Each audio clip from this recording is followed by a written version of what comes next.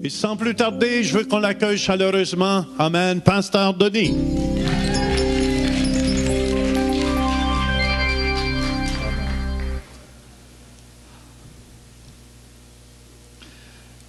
Alléluia. Bonsoir tout le monde. Amen, amen. Alors je remercie le Seigneur pour cette opportunité qu'il nous donne de pouvoir partager sa parole avec vous. Nous allons prendre nos Bibles dans le livre de Actes des Apôtres.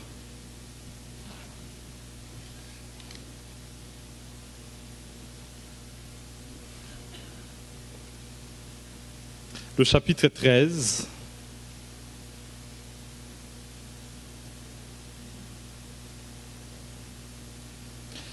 On va lire à partir du verset 1er jusqu'au verset 4.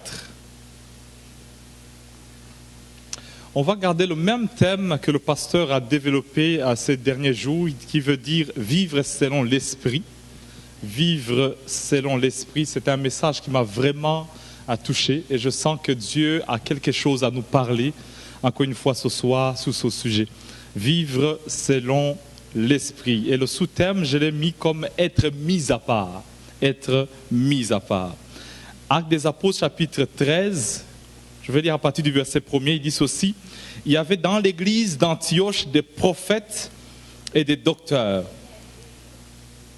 Barnabas, Siméon appelé Niger, Lucius de Cyrène, Manahen qui avait été élevé avec Hérode le tétrarque et Saul.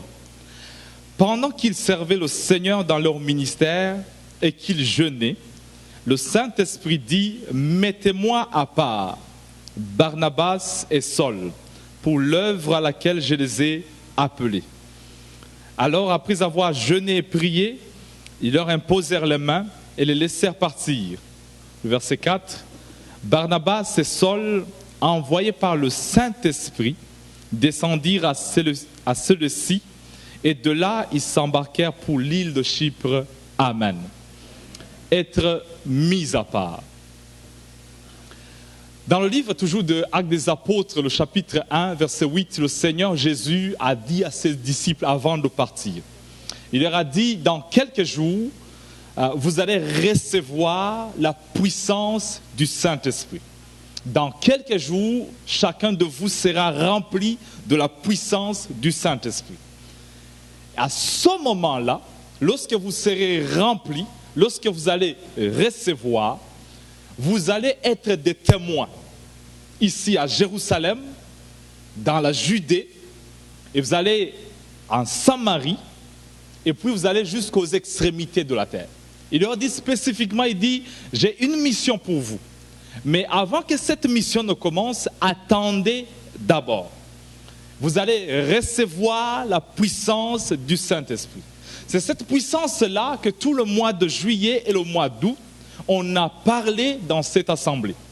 On veut une église qui est remplie de la puissance du Saint-Esprit et qui est capable d'être témoin ici à Ottawa, à Toronto, à Montréal, aux États-Unis, jusqu'aux extrémités de la terre. Mais il a bien spécifié à ses disciples: ne quittez pas, ne vous aventurez pas de partir sans avoir reçu la puissance du Saint-Esprit. Le chapitre 2 de Actes des Apôtres nous dit que lorsqu'ils étaient dans la chambre haute, la Bible nous dit que tout à coup, il y a eu un vent. Il les a surpris, ils étaient dans la salle comme ça, ils étaient en train de prier, de chercher la face de Dieu, et la puissance du Saint-Esprit est descendue comme un vent, et sur leur tête, il y avait des langues de feu. Chacun était rempli d'une puissance qu'ils ne pouvaient plus contrôler, ni leur manière de parler. Chacun commençait à parler des langues qu'ils n'en comprenaient même pas. C'est les personnes qui étaient à côté qui les entendaient et qui les voyaient comment ils étaient dans la joie, à crier, à être remplis. Il dit: ces gens, ils ont bu, ils sont ivres. Et Pierre, à ce moment-là, que Jésus avait donné une prophétie qui est: oui, tu vas me régner, mais après ça, tu seras un pilier, tu seras une pierre. Il s'éleva maintenant, il dit: non, non, ces gens ne sont pas ivres, mais c'est la promesse que Joël avait reçue, que dans les derniers jours, en 2012, dans les derniers jours, Dieu va répandre son Esprit Saint sur toute chair. Il dit que dans les derniers jours, à partir de ce moment que je vous parle, Pierre dit, depuis ce jour-ci, jusqu'à l'avènement du Seigneur, les gens vont recevoir la puissance du Saint-Esprit. Et ils sont capables de prophétiser. C'est pourquoi je te dis que la porte de la prophétie a été ouverte. Les dons que Dieu a promis, il les a déversés dans son Église. C'est maintenant juste d'ouvrir et de recevoir cette puissance et ces dons qu'il a promis. Il dit, c'est ce que le prophète Joël avait prophétisé, que vos fils et vos filles vont prophétiser. Ils vont avoir des visions. Même les plus âgés vont commencer à avoir des songes que Dieu va les inspirer. Il dit que dans les derniers jours, il se passera des choses étranges. Il se passera des choses étranges. Des gens vont commencer à entendre la voix de Dieu. Des gens vont commencer à saisir quelle est la volonté de Dieu. C'est que Daniel, Dieu lui avait dit, ferme ce livre ici. Dans les derniers jours, Dieu va ouvrir l'intelligence de plusieurs. Quand tu vas lire la parole de Dieu, tu vas commencer à saisir d'autres. Okay, Dieu voulait dire ça, Dieu voulait dire ça, Dieu voulait dire ça. Il va ouvrir des écoles de ministère comme Kairos, où les gens vont saisir vraiment quelle est la volonté de Dieu.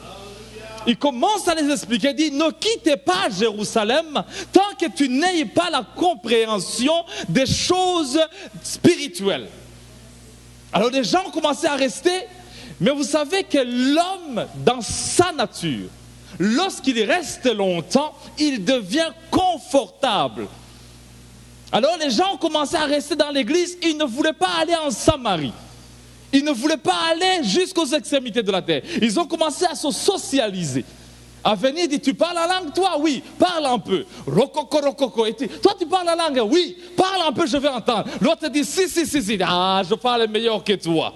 Et l'autre commence à dire, moi, j'ai le don d'interprétation de langue. Il dit, viens, on va prier ensemble. Rokoko, rokoko. Et l'autre dit, ah, j'ai entendu ce que Dieu a dit. Il dit, il va nous bénir, il va nous bénir. C'est comme ça que les gens commencent à se sentir confortables, à se bénir mutuellement, à se guérir mutuellement, à se prophétiser mutuellement. Mais Dieu a regardé et a dit, non. Et ils sont restés là.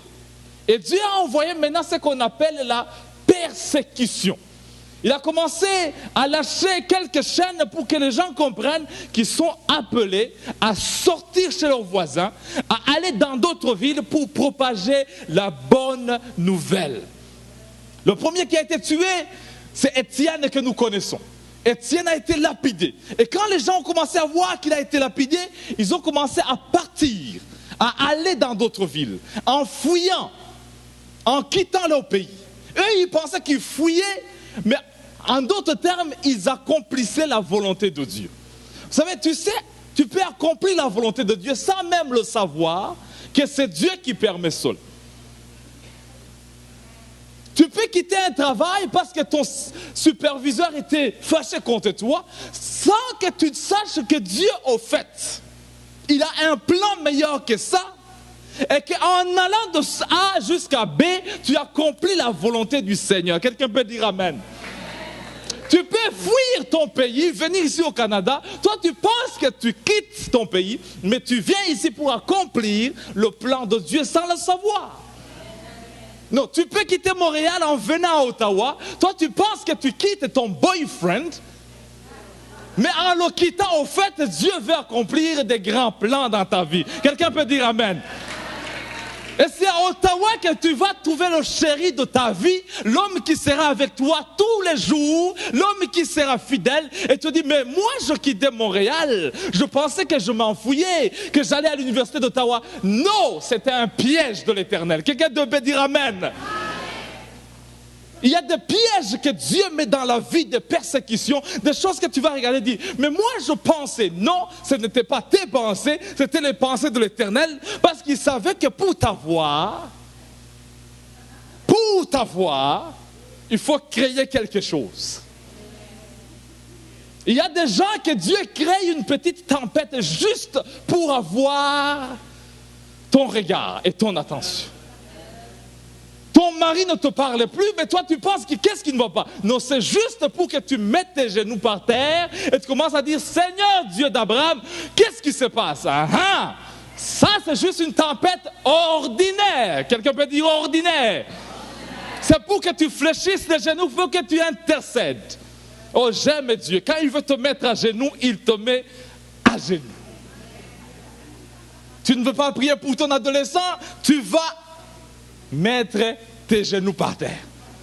Tu vas dire, mais qu'est-ce qui arrive? Qu'est-ce qui arrive? C'est juste les genoux qui vont aller par terre. C'est ainsi qu'ils sont tous partis. Ils ont commencé à aller en Samarie. Oh! Arrivés en Samarie, ce n'est pas ni Pierre, ni Jean, c'était des hommes comme Philippe. Des hommes qui étaient inconnus dans l'église de Dieu. Des diacres qui ne sont pas visibles souvent, mais que Dieu peut utiliser pour faire des grandes choses. Vous savez, il y a des gens qu'on ne voit pas, mais que Dieu voit. Et il est prêt à les utiliser parce que ce sont des vases que Dieu a préparés, des vases d'honneur. Des Philippe. Ils vont commencer à prophétiser, à parler des miracles de Dieu. Et au chapitre 13, la Bible nous dit que la persécution était grande, ils sont partis dans un coin qu'on appelle Antioche. J'ai mis une carte ici pour voir où est Antioche exactement. Antioche n'est pas la porte à côté. Antioche, ça se trouve en Syrie. Ils ont quitté Israël. Ils sont partis très loin, jusqu'à se rendre en Antioche. Arrivés en Antioche, ils ont commencé à prêcher, ce qu'on appelle la diaspora. Ils ont continué à se parler entre juifs. Mais Dieu les a regardés et dit, vous n'avez pas encore compris que ma volonté, ce n'est pas prêcher entre vous-mêmes. Ma volonté, c'est de prêcher aussi les nations. Et ils ont commencé l'église, qu'on appelle l'église d'Antioche. C'est là où nous sommes. Regarde le verset 1er.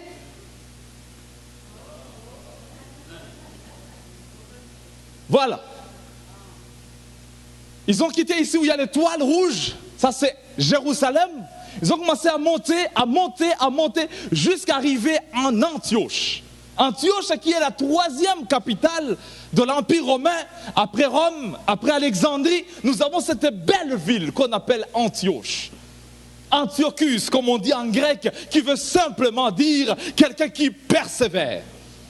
Il dit, Dieu a besoin de gens qui vont persévérer. Une église qui persévère, une église qui endure, une église qui patiente, qui ne lâche pas, qui continue. Et c'est là où Dieu va faire des grandes choses. Si vous remarquez très bien, ils ont obéi à la commission de Jésus d'être remplis du Saint-Esprit à Jérusalem, en Samarie. Maintenant, ils sont stuck. Ils sont arrivés quelque part où Dieu veut les amener dans une nouvelle dimension. Une dimension internationale. Une dimension des extrémités de la terre. C'est au chapitre 13. C'est au milieu des Actes des Apôtres. Un bon livre que j'aime tellement. C'est là où Dieu va les trouver. Et dans cette église-là, la Bible nous dit qu'il y avait dans l'église d'Antioche des prophètes et des docteurs. Il y avait des bons prophètes. Et j'en ai trouvé un qui s'appelle Agabus. Lorsque tu regardes le chapitre 11 des Actes des Apôtres, chapitre 11, verset 28, il y avait un prophète dans l'église d'Antioche qui a prophétisé, qui a dit qu'il y aura la famine. Et la Bible nous dit que cet homme s'appelait Agabus. Il a prophétisé d'une manière straight, d'une manière ciblée. Il a dit qu'il va y avoir la famine sur toute la terre. C'est le même prophète qui a pris la ceinture de Paul, il a lié ses mains, il a lié ses pieds, il a dit la personne qui appartient cette ceinture sera liée et amenée chez les païens. Un homme qui peut prophétiser au niveau international, au niveau de toute la terre, mais en même temps cibler la vie des individus et dire ça va t'arriver ça, ça va t'arriver ça. L'église d'Antioche, nous voulons une église qui persévère, mais qui a un œil de l'éternel. Et c'est là où le centre réveil, Dieu veut nous amener. où nous allons parler des choses qui regardent toute la terre. Où non seulement c'est seulement la vie personnelle, mais aussi ce qui concerne la ville, ce qui concerne la nation, ce qui concerne le continent, où tu vas dire, il y aura ça dans quelques jours, sois prêts et préparez-vous. Quelqu'un peut dire Amen. Ce n'est pas juste des prophéties pour te dire tu vas trouver du travail, tu seras marié en décembre, ou tu feras ça et ça. Mais tu peux dire attention, Dieu me dit qu'il y aura ça. Et c'est authentique, c'est vérifiable et ça tombe, poum. Des gens qui sont prêts à recevoir cette onction prophétique. Il a dit, dans les derniers jours, je vais répandre mon esprit. Et dans cette église d'Antioche, regarde le verset 1er, il y avait des prophètes et il y avait des docteurs. On nous dit qu'il y avait un certain Barnabas. Quelqu'un peut dire Barnabas. Il y avait un certain Siméon appelé Niger. Dans d'autres versions, on nous dit Siméon appelé le noir. Je ne sais pas si c'est la peau qui était chocolat chaud, mais on nous dit qu'il y avait un certain Siméon qu'on appelait le noir ou Niger, en d'autres termes, le noir. Il y avait un certain Lucius de Cyrène. Cyrène, c'est en Cyrénaïque, en Libye actuelle. Cet homme Lucius était en Antioche, dans cette église, et il venait de Cyrène. Il y avait un autre qui s'appelait Manaen, qui avait été élevé, éduqué, avec Hérode le tétrarque. Dans d'autres versions, on dit le demi-frère, ou quelqu'un qui a pris le même sein maternel avec Hérode. Il se trouve dans l'église aussi en train de prier. Et on nous dit le dernier qui était là, il s'appelle Saul, qui deviendra plus tard Paul. On nous présente ces 5. Et c'est très important de savoir qu'est-ce que Dieu nous parle ici. Dans cette église, nous avons un Manaen. Si c'est le demi-frère de Hérode, il vient de Édom, en Jordanie. C'est un arabe. Et il se retrouve en même temps avec Saul, un juif. Et il se retrouve en même temps avec Lucius de Cyrène, un autre noir. Et Siméon, le chocolat chaud qui est là. Bien aimé, cette église est multinationale. Cette église est multiculturelle. Cette église, je le vois, elle ressemble vraiment au centre réveil. On peut retrouver des Lucius, on peut retrouver, je ne sais pas, de Siméon, on peut retrouver même des Manaen, on peut retrouver même des Barnabas. Tous sont là, mais tous sont animés d'un même esprit, chercher la volonté de Dieu.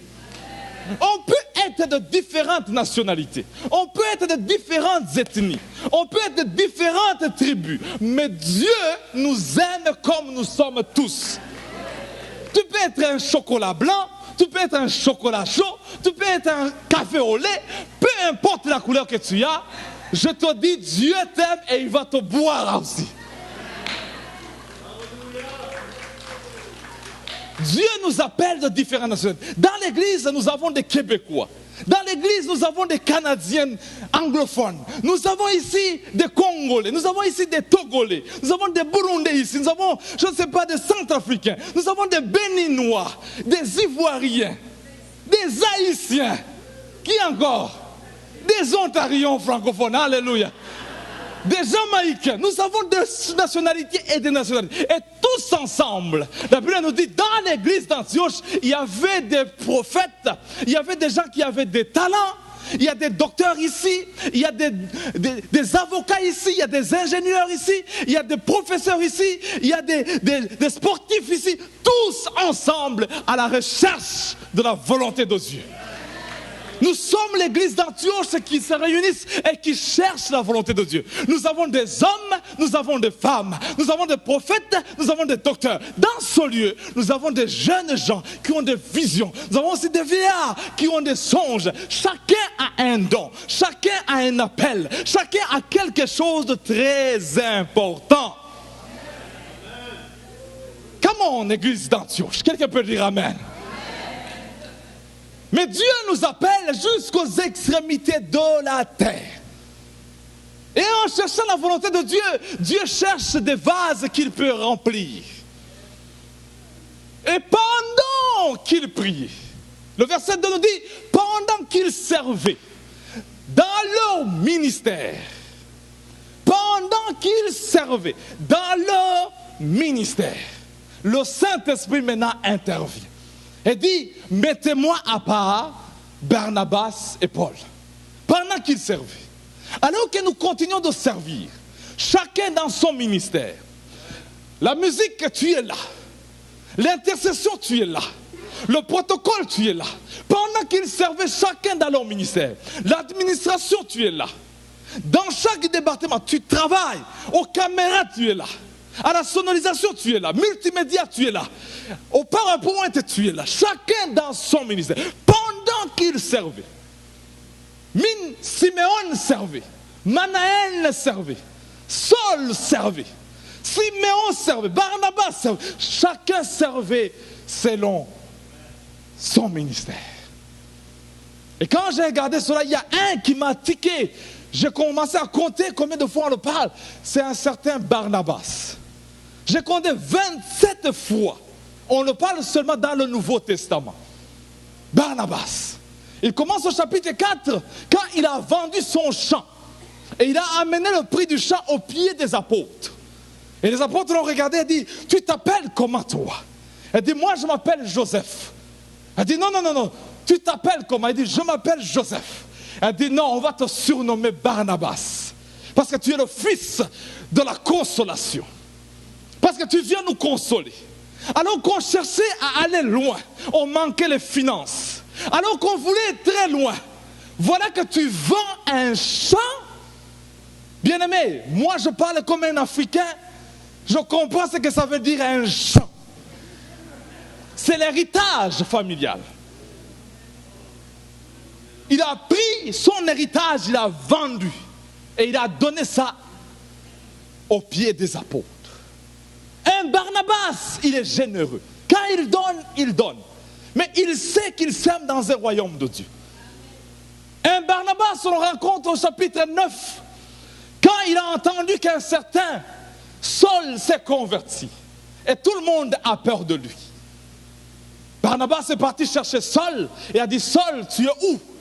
Il a dit, c'est toi, tout le monde a peur de toi. Viens, je t'amène vers les apôtres. Il a présenté Saul. Il a dit, bien-aimé, cet homme s'est converti. Les Barnabas, ils vont chercher ce que les autres rejettent. Un vrai Barnabas, il cherche des hommes qui sont abandonnés dans la société, des hommes qui sont rejetés. Il les prend, il les amène, il dit, celui-ci, même si personne ne le croit, je crois encore qu'il y a une destinée dans cet homme. C'est pourquoi il s'appelle Joseph. Il y a des Joseph dans la Bible. Un certain Joseph d'Arimathée. Il est venu à la dernière heure. Il a trouvé Jésus crucifié. Il était presque mort. Tous les disciples l'ont abandonné. Tous les disciples qui étaient avec lui l'ont rejeté. D'autres l'ont renié. D'autres l'ont vendu. Mais Joseph d'Arimathée, il a dit, moi, donnez-moi ce cadavre-là. On a regardé, mais Joseph, ce cadavre est fini. Il n'y a plus la vie. Mais Joseph d'Arimathée dit, vous ne comprenez pas. Cet homme-là, dans 3 jours, il va ressusciter. Je le crois et je crois dans ses promesses. Donnez-moi son cadavre. Il a pris le cadavre, il a acheté une cimetière, il a mis Jésus dedans. Il savait que cet homme, il ressuscitera. Des Barnabas, ils cherchent ceux qui sont abandonnés parce qu'ils croient en eux qu'il y a une destinée extraordinaire. Quelqu'un peut dire amen. Dis à ton voisin, je crois dans ta destinée. Peut-être tu as un cadavre, mais tu vas ressusciter au nom de Jésus. Un Barnabas. Au chapitre 11, on nous dit, Barnabas a entendu qu'Antioche, les gens parlaient en langue. Il a dit, ah oui, je vais voir. Barnabas, il est prêt à accepter tous les mouvements du Saint-Esprit. Il accepte que Dieu peut agir comme il veut, quand il veut. Nous avons entendu un mouvement qu'on appelle le mouvement de Toronto. Tout le monde a dit ça, c'est satanique. Mais les Barnabas, ils viennent quand même vérifier. Ils disent ça vient de Dieu, ça ne vient pas de Dieu. Les Barnabas, ils ne jugent pas selon l'apparence. Les Barnabas, ils vont vérifier à la source. Il a dit, parle en langue en Antioche, je vais aller vérifier. Il est parti, il a vu. Ce que j'aime avec Barnabas, quand il a vu ce qui s'est passé en Antioche, il est parti chercher Paul, Saul de Stars. Il a amené, il a dit, Paul, on a besoin de toi à l'église, on a besoin de ton ministère, viens travailler avec nous. Les Barnabas ne sont pas jaloux des ministères des autres. D'ailleurs, quand je regarde très bien, depuis qu'il a amené Saul, on parle de Barnabas et Saul. Barnabas et Saul. Barnabas et Saul. Mettez-moi à part Barnabas et Saul. Barnabas et Saul sont partis à Chypre. Barnabas et Saul. Jusqu'au moment, quand ils sont dans l'œuvre, Saul, qui était Paul, il fixe les yeux sur un magicien. Il dit, toi là, je chasse cet esprit-là. Désormais, on ne dit plus Barnabas et Saul. On parle de Saul et Barnabas. Le numéro 2 devient le numéro 1. L'apprenti devient le maître. Mon frère bien-aimé, il y a des choses que Dieu réserve dans ta vie. Si seulement tu n'es pas jaloux de l'autre. Est-ce qu'il y a quelqu'un qui m'entend ce soir? Est-ce qu'il y a quelqu'un qui peut dire Amen? Il a pris Saul, il a dit, Saul, je sens qu'en toi, il y a quelque chose qui vient de la part de Dieu. Saul, un Barnabas, il pardonne facilement. Alors que Paul et Barnabas ont eu un différend avec Marc, qui les a abandonnés. Barnabas a pardonné vite Marc. Il a dit, je le pardonne, on y va encore. Paul a dit, niet, il ne va pas venir avec nous. D'ailleurs, il nous a abandonnés à Montréal. Il n'est pas venu avec nous. Je le chasse. Il n'a pas dit au nom de Jésus, mais il a dit, je ne le récupère plus. Barnabas lui a dit, non mon frère, pardonne-lui. Il a dit, niet, je le mets au placard. Mais quelque part dans 2 Timothée, Paul, quand il écrit au chapitre 4, vers la fin, il dit, envoie-moi Marc, parce qu'il m'est utile dans le ministère. Bien-aimé, on a besoin de Barnabas dans l'église du Seigneur. Des gens qui peuvent voir dans Marc, que Marc, peut-être il nous a abandonnés en 2000. Oui, il a quitté l'église en 2005. Oui, il a injurié tel frère, il a injurié tel... Mais Marc, il sera un grand évangéliste. D'ailleurs, c'est lui qui va écrire le premier évangile. Il va écrire, c'est un auteur. En lui, il y a l'appel de Dieu. Oh, il y a quelqu'un qui peut dire Amen. Moi, je parle aux Marc qui sont ici. Tu as abandonné le Seigneur. Tu as abandonné plusieurs fois. Mais Marc, en toi, il y a un don spirituel. La puissance de Dieu sera sur ta vie et tu seras un témoin.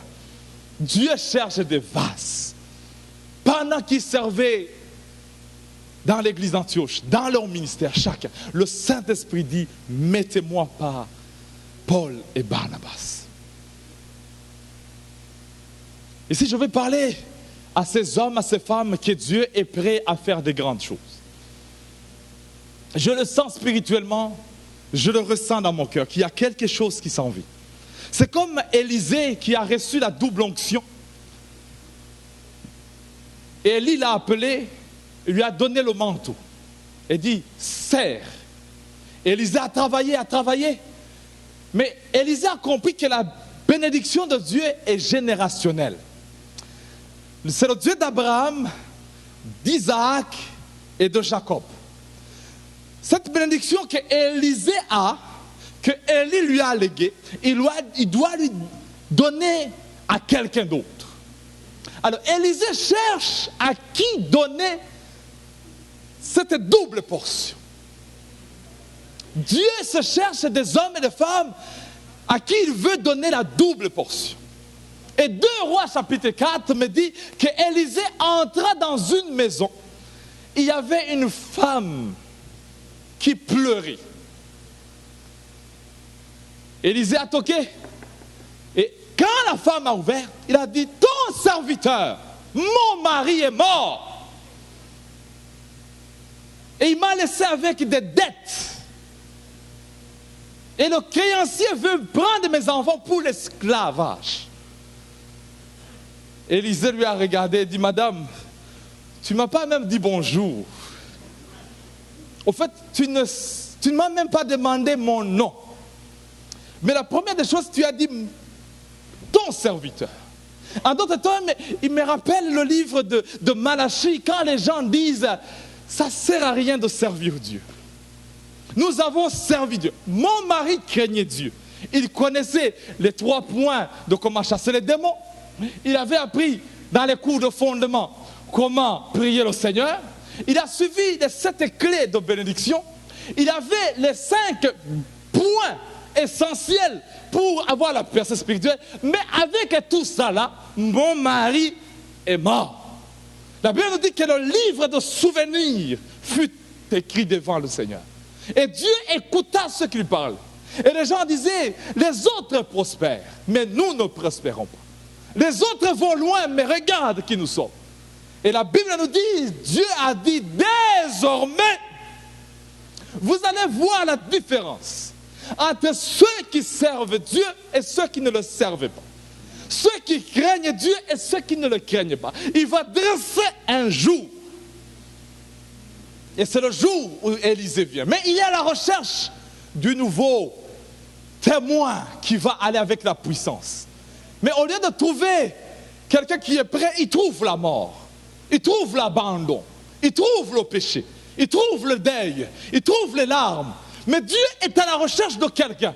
Mais la personne dit, Seigneur, moi je suis fatigué. C'est une femme. Et la femme, bibliquement, symbolise l'église de Dieu. Quand Dieu vient chercher dans l'église de Dieu, au lieu de lui dire, Seigneur, bienvenue, on commence les larmes. Oh Seigneur, ça ne sert à rien de te servir. Ça fait 10 ans que je cherche Dieu. Ça fait 5 ans que je cherche Dieu. J'ai prié pour que Dieu m'exauce. Il n'y a rien. Les portes restent fermées. À quoi bon de servir Dieu? À quoi bon de le servir? Je chante, oui, je fais partie de la chorale. Mais Seigneur, il n'y a rien qui vient. Élisée l'écoute. Il a dit, oh, tu ne sais pas à qui tu parles.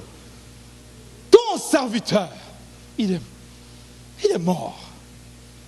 Ici, je parle aux gens qui ont marché avec Dieu et qui n'ont pas encore vu le résultat. Tu pries pour ton mari, mais il n'y a pas de changement. Tu pries pour ta femme, mais il n'y a pas de changement. Tu pries pour tes enfants, mais il n'y a rien qui change. Tu dis, Seigneur, ça fait 5 ans, je prie pour les finances, mais il n'y a rien qui change, Seigneur. À quoi bon d'aller à l'église le mardi? À quoi bon d'aller à l'église le dimanche? 2 services en plus. À quoi bon, Seigneur? À quoi bon de te servir? J'ai 38 ans et j'attends toujours le mari. Personne ne me regarde. Quand viendra mon mariage? Je suis veuve. Seigneur, je suis encore jeune. J'ai 55 ans seulement. Et j'attends que Dieu tu me bénisse. Mais c'est comme si tu m'as oublié. Est-ce que je vais vivre encore 40 ans ici à Ottawa à écouter? On vient goûter que Dieu est bon. Il est bon comment, Seigneur? Oui, Steven peut chanter ça, il est jeune marié. Oui, Cristal peut chanter ça parce qu'elle vient d'avoir quelque chose dans le bébé, dans le ventre. Oui, Rachel peut chanter ça parce que son mari c'est un pasteur. Oui, Louise peut chanter ça parce qu'elle a vu les pieds pousser. Mais moi, je n'ai rien vu. On vient goûter que Dieu est bon. Il est bon comment, Seigneur? Ma femme est toujours malade à la maison. Elle est toujours dans la dépression. Seigneur, ça sert quoi de chanter que tu es bon alors que je ne sens rien de bonté à moi? À quoi bon d'avoir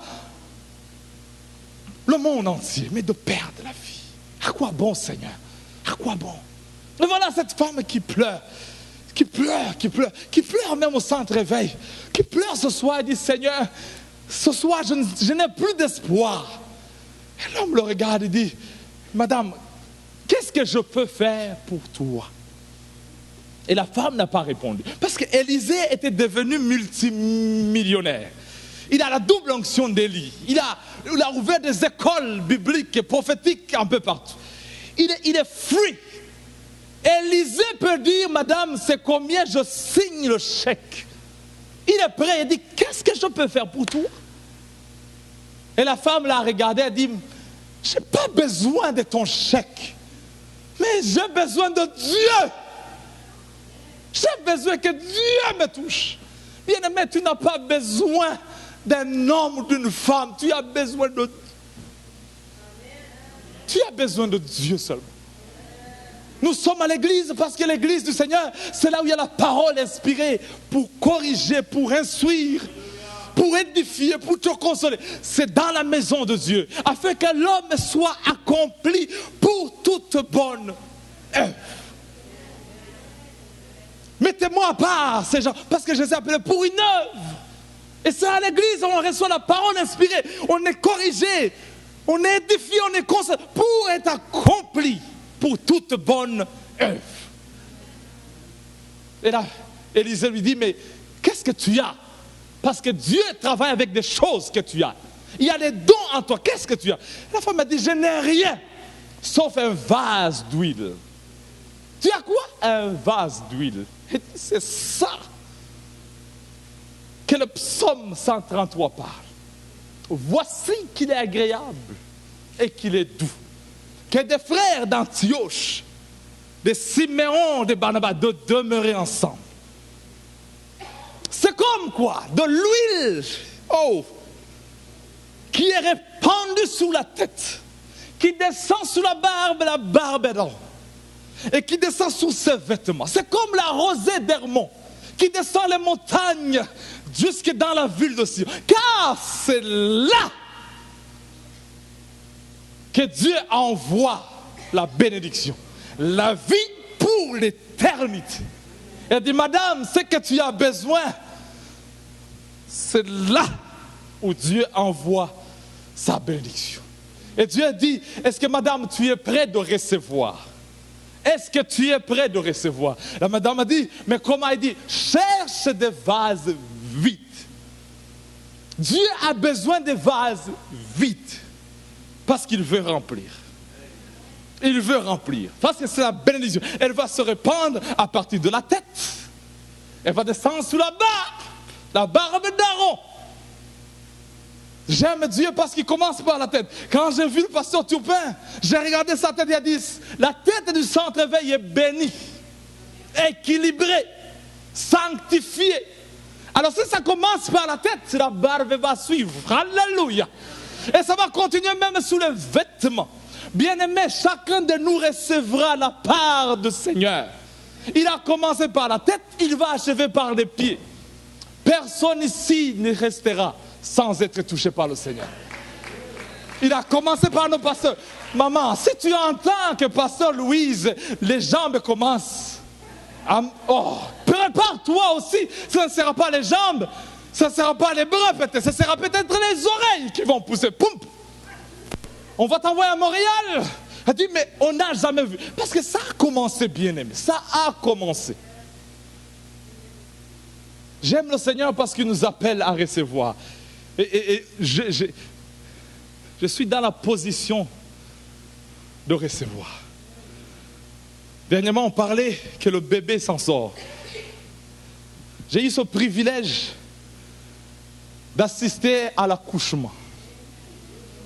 Bien-aimé, je pensais que j'étais un homme. D'abord, on m'a informé que juste à côté, il y a un lit qu'on a déjà ouvert. Que si par hasard mes émotions me prenaient, que si je tombais, il n'y a pas un problème, je ne suis pas le premier, ni le dernier qui va s'évanouir. Alors j'étais là. J'ai dit, Rachel, ça va? Elle m'a regardé. J'ai compris que ça ne va pas là. Alors, tout d'un coup, je vois l'infirmière qui vient, qui check, qui met des choses ici. Je suivais tout, j'ai dit, Seigneur, mon Dieu, je veux voir la bonté de Dieu. Et tout d'un coup, je vois des petits cheveux noirs. J'ai dit, ça c'est chocolat chaud. Ça c'est chocolat chaud. Il s'en vient. Mon Dieu, quand il est sorti son petit là, j'ai dit, ouh, il est noir celui-ci.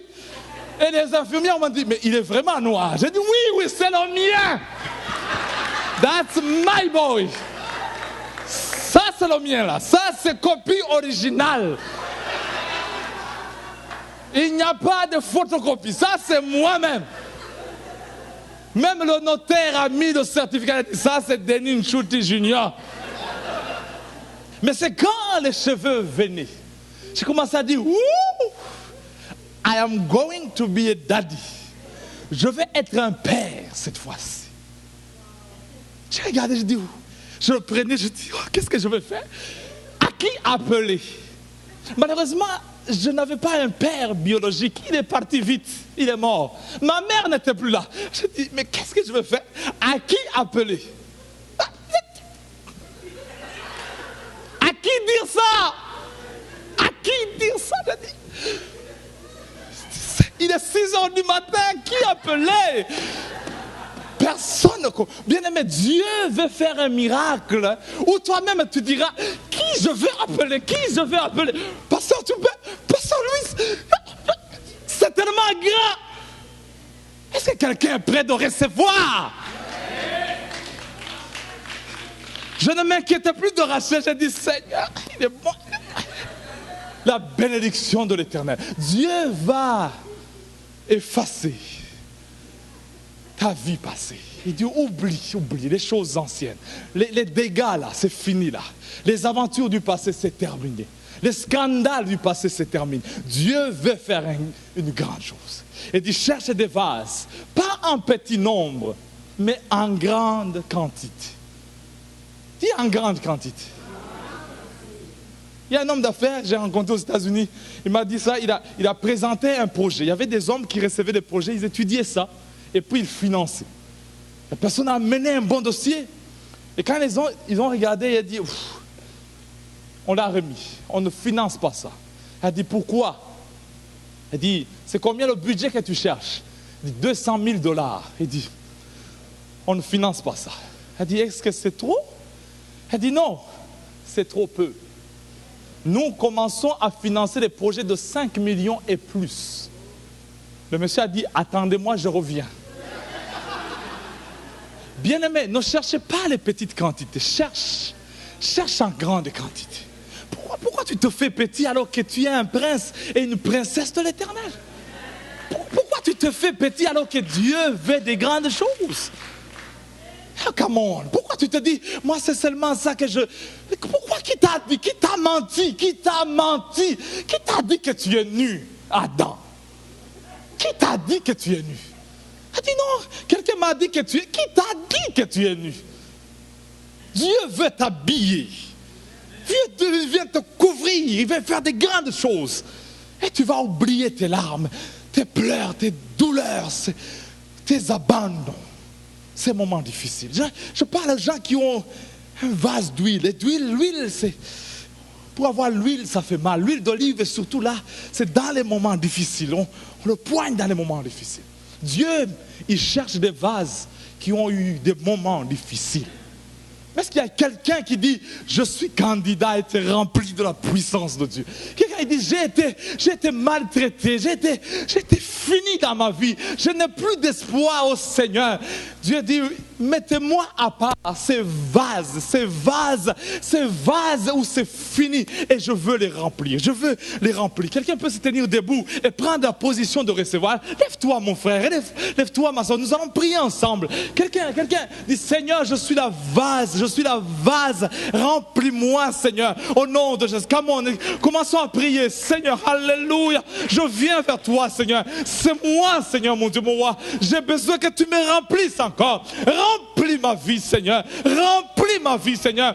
Oh Seigneur mon Dieu, mon roi, je suis Seigneur mon Dieu, mon roi, le futur Élisée, le futur Élie, celui que tu cherches pour remplir la double portion. Seigneur, j'étais mort Seigneur mon Dieu, mon roi, il y a la douleur qui est là, il y a le deuil qui est là, il y a les souffrances qui est là, mais Seigneur, je viens quand même, je viens Seigneur, avec mes petites vases Seigneur, remplis-moi Seigneur, ce soir, au nom de Jésus. N'arrêtez pas de prier, come on, quelqu'un peut prier, alléluia, Sikama. Oh Seigneur mon Dieu, mon roi, nous venons comme l'église d'Antioche. Oh Seigneur, remplis-nous, mets à part Seigneur, mets à part de Barnabas dans ce lieu, des hommes généreux, des hommes qui n'ont pas peur, des hommes qui se donnent, des hommes qui n'abandonnent pas, malgré leur passé, malgré les chapitres du passé, des hommes qui disent Seigneur, oui j'ai tué Étienne, oui j'ai fait ça, mais Seigneur mon Dieu, mon roi, utilise-moi comme tu voudras. Oh Koriaga Sikama,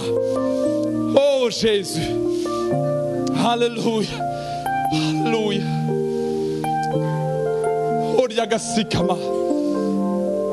Là, Dieu te cherche, mon frère. Dieu te cherche, ma soeur. Oui. Alléluia. Si tu as besoin de cette onction d'Élisée, là, lève ta main, viens ici devant. Nous allons prier ensemble. Ça, c'est une soirée d'être rempli encore. Peut-être tu avais des douleurs dans ta vie. Peut-être des souvenirs du passé. Où tu disais, Seigneur, ton serviteur, mon mari est mort. Tout ce que je faisais est mort. Il n'y a rien qui marche. Oh Seigneur, je lève mes yeux vers toi. C'est toi seul. C'est là où tu envoies ta bénédiction. Remplis ma vie, Seigneur. Oh Seigneur, nous levons, Seigneur, mon Dieu, mon roi. Au nom de Jésus, reçois la grâce. Reçois l'abondance de Dieu. Au nom de Jésus de Nazareth. Alléluia. Au nom de Jésus. Seigneur, restaure cet homme. Restaure cet homme. Restaure sa vie. Au nom de Jésus. Tu as été brisé. Oh, Sikariagashikama. Il y a eu la mort. Il y a eu l'abandon. Il y a eu la désobéissance. Mais Dieu te couvre. Dieu te renouvelle. Au nom de Jésus. Reçois la couverture de Dieu. Que Dieu te couvre. Au nom de Jésus. Sois restauré dans ta vie. Au nom de Jésus-Christ.